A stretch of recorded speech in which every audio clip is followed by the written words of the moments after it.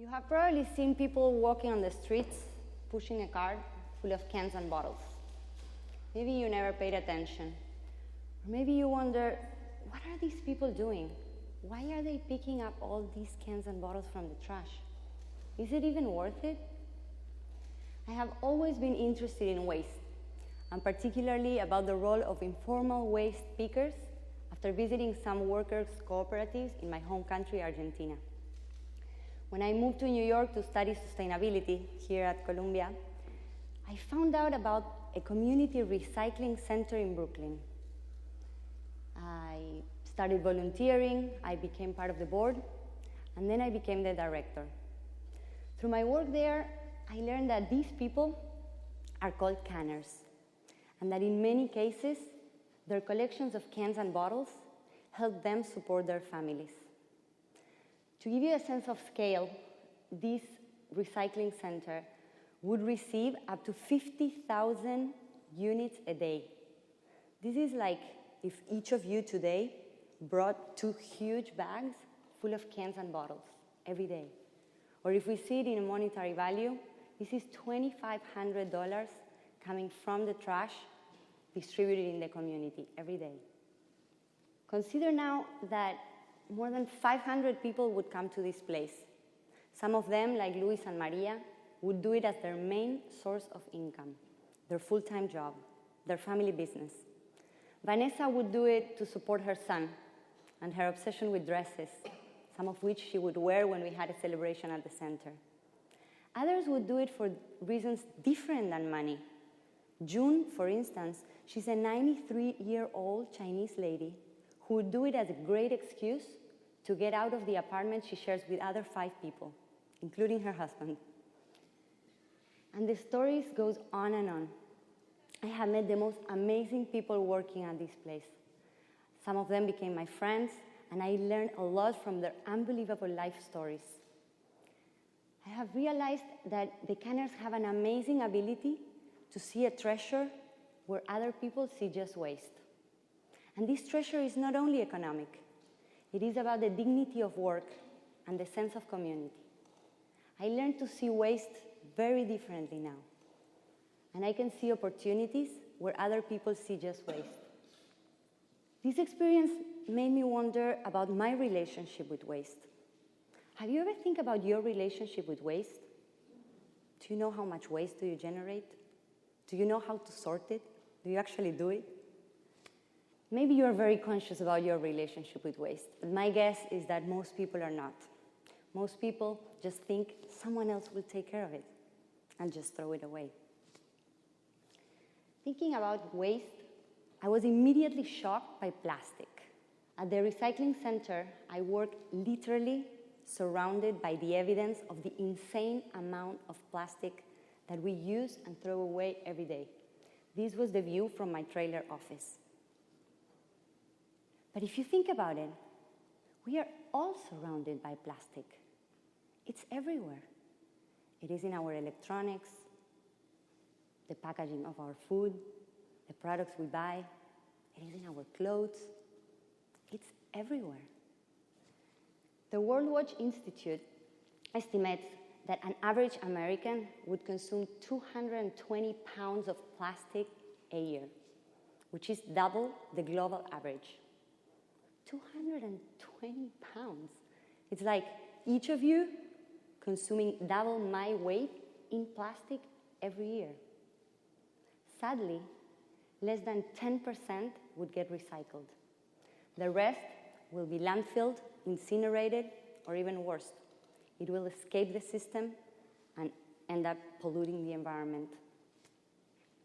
Don't you think this is a bit out of control? I strongly believe that we have a very toxic relationship with plastic, a relationship that is too intense, too dependent, too addictive. The level at which we consume plastic, how we use it and dispose it, it's a major concern, not only to our environment, but through it to ourselves as humans. For instance, there are studies that have found toxic chemicals getting into our food chain through fish eating plastic in the ocean. I think we need to acknowledge that we have a problem and then start taking action to start unplastifying our lives. Because the real fact is, when we throw something away, there is no away. It just gets out of sight. Like when we hide something under the carpet, but it's there. It simply stays there because plastic will last hundreds of years to decompose. And in this regard, plastic packaging is the worst because what? We would use it for a couple of minutes, maybe hours, and then it will stay in the environment for centuries. So here is one thing that we can all start paying attention to, the packaging of the products we buy, and start avoiding it. If we are consuming all this plastic and throwing it away, and very little gets recycled, where does it end up? So imagine my shock when I learned about the Great Pacific Garbage Patch, this giant concentration of plastic in the North Pacific Ocean, which is twice the size of Texas. And it is not the only one. In total, there are 5 gyres in the world. Gyres are these giant concentrations of plastic that escape the waste management system, end up in the ocean, and get together with, thanks to ocean currents. A lot of this plastic that we consume and throw away, it's ending up in the ocean. But I'm still curious. How is this affecting our ecosystem? How is this affecting us? And what can we do to stop it? So I decided to embark on a sailing adventure to explore plastic pollution. I have been preparing for this for months. I've been working to get the boat ready, learning about navigation, survival skills. I have moved to the boat and I've been living on it for the last 2 months. In a couple of weeks, me and another 4 crew members, we will start sailing across the ocean. We will be researching the ocean, taking samples, and meeting people along the way who are already taking action against plastic pollution and learning from their experiences, looking for ideas, solutions, answers, chasing these tiny bits of color in the middle of the blue ocean, like the canners seek opportunities where other people see just trash, dreaming of how to unplastify the world.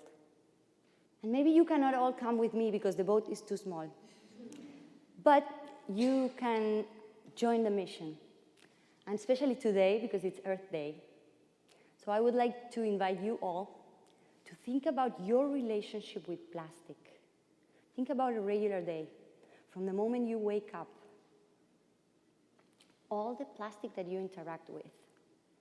Think about when you go to the market, all this plastic packaging and the choices you make. Let's all talk about this big plastic elephant in the room. Let's acknowledge that it exists, and let's do something about it. What can you do to unplastify the world? Thank you.